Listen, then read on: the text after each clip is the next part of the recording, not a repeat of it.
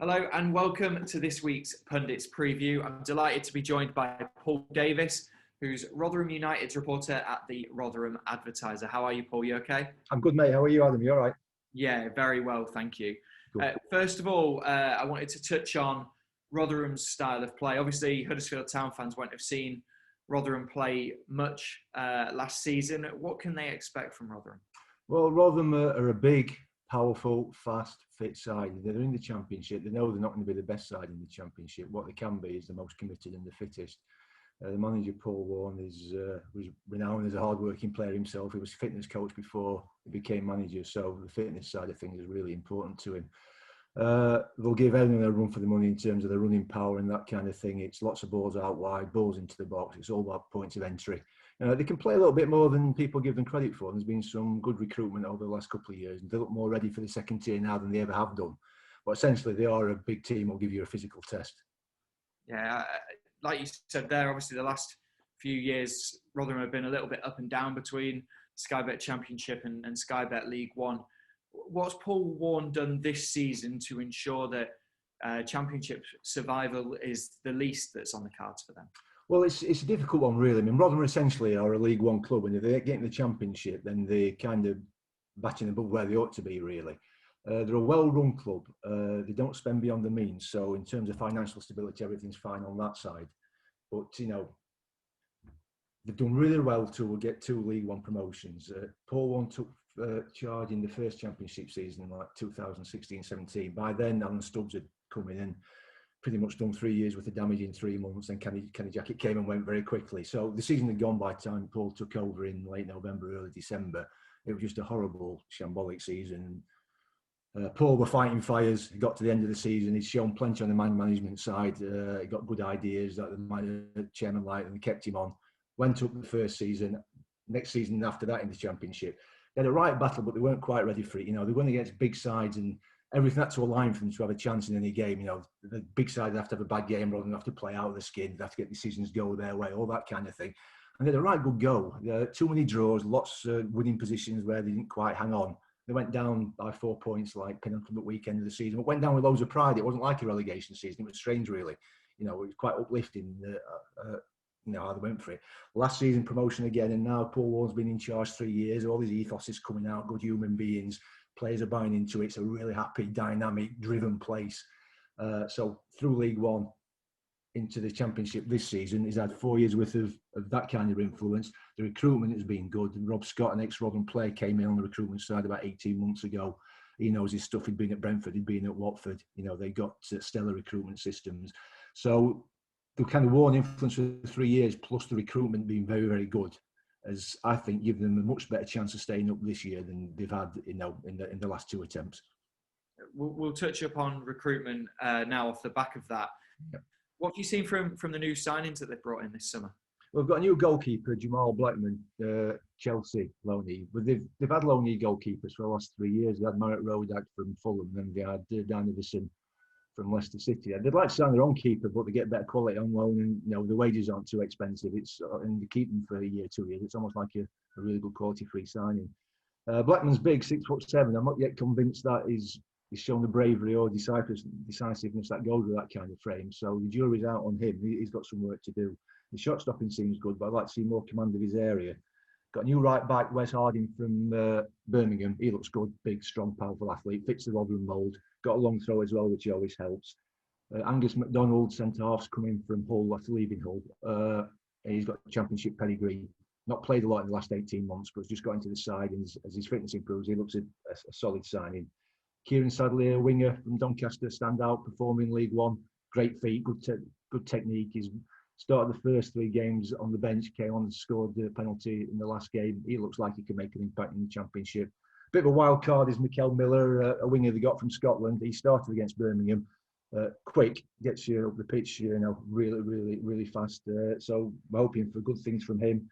Got George Hurston on loan, the ex-Sheffield Wednesday striker who scored goals for fun in their youth setup. He's at Leicester City now. He started at Birmingham, and without doing a great deal, he just looked a player. Sometimes the ball comes into play. Just the way they approach the ball, take the ball, move it on, and then the runs they make. You can just see there's something there. So there's really high hopes for him. I think If he's anything like he'll lead the line, I expect him to start tomorrow. And then we've got hopefully one coming in today, Dan Barlasser, who was like kind of last year's Lone Star midfield playmaker. Warne called him his quarterback. Newcastle are ready to let him go, and there'd have to be a very bad late hitch for that to not go through today. He may not start tomorrow, but I expect him to be in the squad. He'll certainly feature, through the rest of the season. It sounds this summer like they've brought in a mix of championship experience, but also the youthful talent. It's quite a nice mix, isn't it? Yeah, you always need a bit of championship know-how. Nothing beats that. But kind of Rotherham have got a good approach going now. They know who they are and where they are, and the idea now is sign young players, get 2 good years out of them, develop them. They've got a great coaching setup. They really do develop players, and they're getting a growing reputation for that, which is why they land a lot of good loans. But get 2 years out of a good player, sell him on for 2 or 3 million, take your money, wish him well, let him have a great career, and then start the process again with others coming through. Yeah, absolutely. And the start of this season, obviously, Rotherham picked up 4 points from the first 3 games. Opening day win at Wickham, and then a point, obviously, at Birmingham City. What have you made of their performances in those first 3 games? It's been more about the performances than points. 4 from 3 games, that's okay. The first game at Wickham, that was almost like a League One game with a championship tag. Both teams came up from the 3rd tier last year. Rotherham won that late on. But the Millwall and Birmingham games told us more. They lost unluckily to Millwall. A bad mistake at the back from Michael Hecker, who very rarely makes mistakes. They lost 1-0. Without that, they would have got a draw and possibly a win. And they should have won at Birmingham, the 1-0 up in the last minute, and then conceded a soft penalty. But like I said before, they had to play out the skin and hope things went their way in the Championship. This time they've gone toe-to-toe with 2 established Championship sides and have lacked for nothing. There are better Championship sides out there. There's a lot of quality in the Championship. Rotherham will never ever say that they're one of the better sides, but they do look competitive and they do have some attributes which are going to cause teams a lot of problems. They've been in games right from first minute to last. That's the really encouraging sign, isn't it? Off the back of what was a really successful season last year, obviously before it was curtailed. Going into this year, just to be competitive in those matches and go toe to toe with the rest of the Championship sides is what we really want. Yeah, it's good. Yeah, and I think there's 2 things really. One, I think there's a bit less money in the Championship for this season. It's still a wash of money in some places, but a 25-man squad limit brings teams a little bit closer to Rotherham who can't afford to run more than a 25-man squad. At least there's not like your derbies with 40 players on huge money and they could all play in the first team. And the other thing is no fans in stadium. New York Stadium is a brilliant place to watch football. When it's packed, the atmosphere is fantastic. Huddersfield have been down there and taken part in that before. But going away, it's really helping Rotherham, I think. You can tell that already at Birmingham because, you go somewhere like Derby, 30,000 fans and there's a screen for a penalty. It's a brave ref that doesn't give it. And Rotherham going there with no fans, that's got to help them. No one wants football with no fans. It's just not the same, absolutely not. But in terms of Rotherham's prospects, I don't think it's doing them any harm. Right at the start of this conversation, you mentioned that Rotherham were a physical side, that they like to battle. In our press conference yesterday, both Romany Critchlow, our young defender, and Carlos Corberan, head coach, both mentioned that they have to be ready for that fight and that battle. How important is that teams compete with Rotherham on a physical level to get the right result? Well, I think you have to win your battles first, don't you, to win the right to play. Rotherham will never ever back off. We've got most of the players are over 6 foot. They train like mad. 2-3 sessions a day. Pre-season's notorious for the way Warne beats them. In normal years, they go away for a week to Germany or Austria. It's like a boot camp, really. It's like 3 sessions a day. They're up at dawn running, and Warne says that has no physiology. I've said that wrong. But no effect in terms of fitness, but good insight in terms of the mental strength. Yeah. And so we know Rotherham are all about that, making themselves more than the sum of the parts. If there's the high press when they've got the ball, it's pass forward, go forward quickly, and unless you match them, they'll find some holes. If you've got the quality, you might find holes in them as well. Although they are very well coached, but they'll keep coming. Yeah, absolutely. And one thing I wanted to touch upon as well, along the same lines almost as the physicality, is set pieces. Obviously, the goal against Wickham came from a corner. How big of a threat is that? Yeah, the set pieces are huge for them. Last season they scored more goals in League One from set pieces. I think it was 30 than any other side. And not only more goals in League One than any other side, more goals in English football than any other side. Like I say, they're big and they attack the ball, but Dan Barlasser, who should come back today, he was a key part of that. He just delivers a perfect set ball time after time, corners, free kicks. Rotherham realise that's their best way of staying in the Championship, making the mark in the Championship. They won't outplay that many sides, but they'll be a huge set pieces. Yeah, and just finally, I wanted to touch upon Josh Koroma. Obviously, he was on loan at Rotherham last season. Since he's come back at Huddersfield Town, he started every game for us this year. What did you make of him at Rotherham last year, albeit you didn't really get to see him for... Yeah, I'm pleased he's in the Huddersfield side. I felt a bit sorry for him at Rotherham, and he came in January. Rotherham were already going well, so he started on the bench.